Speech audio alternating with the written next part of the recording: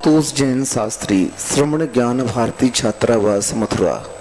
गुरुवर नमोस्तु। महाराज जी, जब आचार्य ज्ञान सागर महाराज जी ने विद्याधर को दीक्षा दी थी तो उस समय भी मुनि थे, तो क्या मुनि महाराज दीक्षा दे सकते हैं? मुनि महाराज की जो दीक्षा होती है विशेष परिस्थितियों में, जब मार्ग की रक्षा करना हो या मार्ग के लिए विशेष रूप से प्रशस्त करना हो, तो मुनि महाराज भी इस कार्य को कर सकते हैं। क्योंकि उस समय ऐसी परिस्थिति थी कि आचार्य कुंद स्वामी की जो मूल परंपरा थी, उस परंपरा में कई प्रकार के प्रश्न चिन्ह आ गए। जैसे चैत्यालय साथ में रखना, आरिका आदि भी संग में रखना। पूज्य शांति सागर महाराज के संग में न चैत्यालय था न आरिका संग था।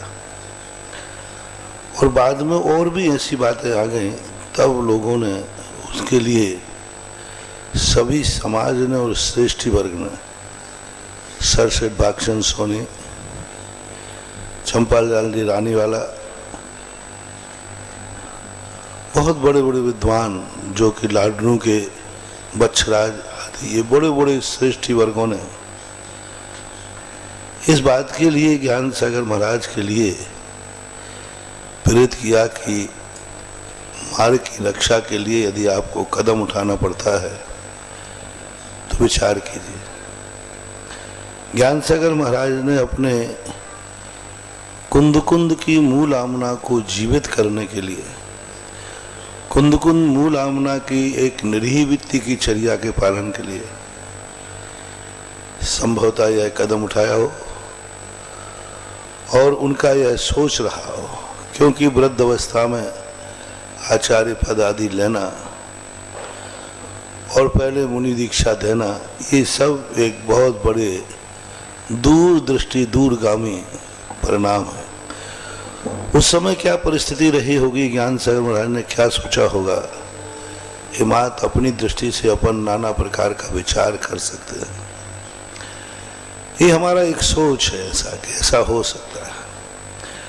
लेकिन आज वर्तमान में जब हम आचार्य श्री को देखते हैं वर्तमान की स्थिति में, तब लगता है आचार्य श्री ने कितना अच्छा सोचा।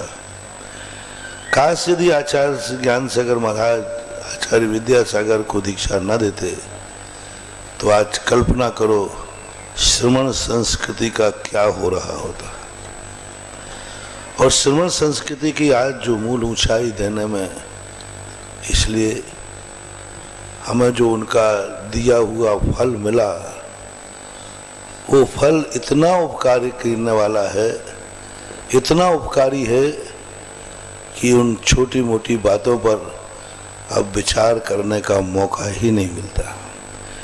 जब किए हुए कृत्य से बहुत अधिक लाभ हो जाता है तो फिर ये नहीं कहा जाता है कि उन्होंने ये कृत्य क्यों किया, क्योंकि उनके किए हुए से आज सारा भारत गौरवान्वित है। और वैसे पूछा जाए तो पूज्यवर शांति सागर महाराज ने भी 7 दीक्षाएं मुनि अवस्था में ही दी थी। बड़े शांति सागर महाराज जब वे मुनि थे तभी दीक्षाएं हुई। आचार्य वीर सागर महाराज की दीक्षा हुई, उस समय आचार्य शांति सागर महाराज मुनि महाराज थे। पाय सागर की दीक्षा हुई, उस समय आचार्य शांति सागर मुनिराज थे। 7 मुनि दीक्षाएं मुनि अवस्था में आचार्य शांति सागर दे चुके थे।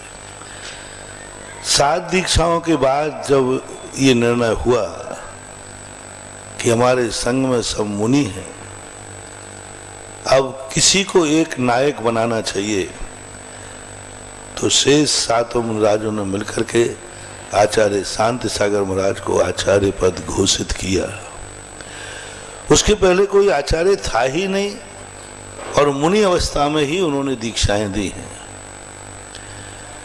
तो ये कुछ महापुरुष, अब हम आचार्य शांति सागर महाराज से कहें कि आचार्य शांति सागर महाराज को मुनि दीक्षा में दीक्षा देना चाहिए, हम इसलिए अब प्रश्न उठाने के अधिकारी नहीं हैं क्योंकि उन्होंने जो कुछ भी किया भली उन्होंने प्रोटोकॉल से हटकर किया, भली उन्होंने एक अपनी मर्यादा को, आचार्य पद की मर्यादा को गौण किया, लेकिन उनके लगाए हुई उस मर्यादा से विपरीत कार्य, विपरीत तो नहीं कहूँगा, इस कार्य का इतना लाभ भारत को हुआ कि उनका वह कृत्य भी आज वंदनीय, स्तुति और प्रशंसनीय हो गया। इसी प्रकार ज्ञान सागर महाराज ने जो कार्य किया, भले उन्होंने क्यों किया, कैसे किया, एक थोड़ा बहुत प्रश्न चिन्ह उठ सकता है, लेकिन उन्होंने एक आचार्य विद्यासागर जैसी कृति दी और उस कृति ने जो हमारा उपकार किया, इस उपकार के सामने वह किया हुआ कार्य अपने आप प्रशंसनीय और वंदनीय हो जाता है। आज संसार का कोई भी श्रवण संस्कृति का व्यक्ति ये नहीं कह सकता आचार्य विद्यासागर के उपकारों को देख करके कि ज्ञान सागर महाराज ने गलत किया। आज कोई भी व्यक्ति नहीं देख सकता शांति सागर पूज्यवर के इतने बड़े कार्य को देख करके कि उन्हें मुनि अवस्था में 7 दीक्षाएं क्यों दी, कोई नहीं कह सकता, उसको उपकार ही माना जाता है। इसलिए लेकिन कोई आज सोचे हम जैसा व्यक्ति कि जब हमारे दादा गुरु मुनि दीक्षा दे सकते थे मुनि अवस्था में तो मैं भी दूं, तो ये हमारी अज्ञानता, मूर्खता होगी। क्योंकि जब आचार्य विद्यासागर जैसे एक महान, निर्दोष, सर्वशक्तिमान, सर्वगुणवान, ज्येष्ठ और श्रेष्ठ आचार्य विद्वान हैं, तो हम क्या बहाना बनाएंगे कि मुझे दीक्षा इसलिए देना पड़ी